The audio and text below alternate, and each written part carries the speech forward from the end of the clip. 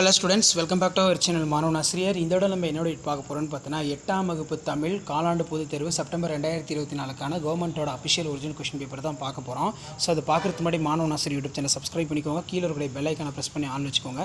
நமக்கு 8ஆம் வகுப்பு தமிழ் பொறுத்த வரைக்கும் காலாண்டு பொதுத் தேர்வு ஒரு சில டிஸ்ட்ரிக்டில் 100 மார்க் வைக்கிறாங்க, இன்னும் ஒரு சில டிஸ்ட்ரிக்டில் வந்து பார்த்தோன்னா 60 மார்க் டெஸ்ட் வைக்கிறாங்க.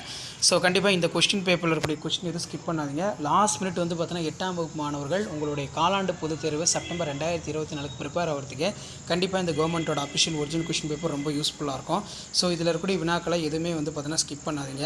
இதில் 2 மதிப்பெண் வினாக்கள் பொறுத்த வரைக்கும் தமிழ் எங்கு புகழ் கொண்டு வாழ்கிறது, நோயின் 3 வகைகள் யாவை ரொம்ப முக்கியம், அதே மாதிரி தமிழர் மருத்துவத்தின் மருந்துகளாக பயன்படுவன யாவை, புயல் காற்றினால் தொண்டைமான் நாட்டில் ஏற்பட்ட அழிவு யாது, அதே மாதிரி எவையேனும் 3 வினாக்களுக்கு விடையிலி எச்சம் என்றால் என்ன, அதன் வகைகள் யாவை, வியங்கோல் வினைமுற்று விகுதி யாவை ரொம்ப முக்கியம், அதே மாதிரி எழுத்துக்களின் பிறப்பு என்றால் என்ன. நெக்ஸ்ட்டு வந்து பார்த்திங்கன்னா எவையேனும் 3 வினாக்களுக்கு விடையிலி. இதில் வந்து பார்த்திங்கன்னா தமிழ் மொழியினை வாழ்த்தி பாரதியார் கூறும் கருத்துக்களை எழுதுக. இது ரொம்ப ஒரு முக்கியமான வினா, இதுவும் நல்லா படிச்சுக்கோங்க. ஸோ இதான் வந்து பார்த்தீங்கன்னா 8ஆம் வகுப்பு தமிழ் காலாண்டு பொதுத் தேர்வு செப்டம்பர் 2024க்கான கவர்மெண்ட்டோட அஃபிஷியல் ஒரிஜினல் கொஸ்டின் பேப்பர்.